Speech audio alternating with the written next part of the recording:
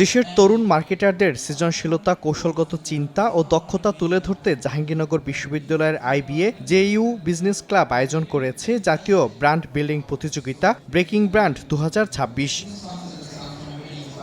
এবারের আসরে দেশের বিভিন্ন বিশ্ববিদ্যালয় থেকে অংশ নেয় 415টি দল। একাধিক বাছাই ও প্রতিযোগিতামূলক ধাপ পেরিয়ে সেরা 6টি দল জায়গা করে নেয় চূড়ান্ত পর্বে। বাস্তবধর্মী ব্যবসায়িক সমস্যা সমাধান ও উদ্ভাবনী ব্র্যান্ড কৌশল উপস্থাপন করেন প্রতিযোগীরা।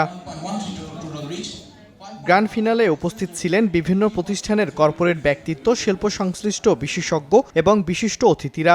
তারা তরুণদের উদ্ভাবনী চিন্তা ও নেতৃত্বের সক্ষমতার প্রশংসা করেন।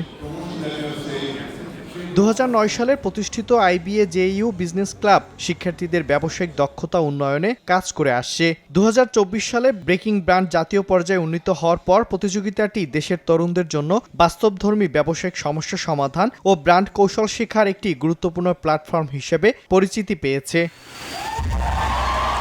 মিরন আহমেদ, সময় সংবাদ।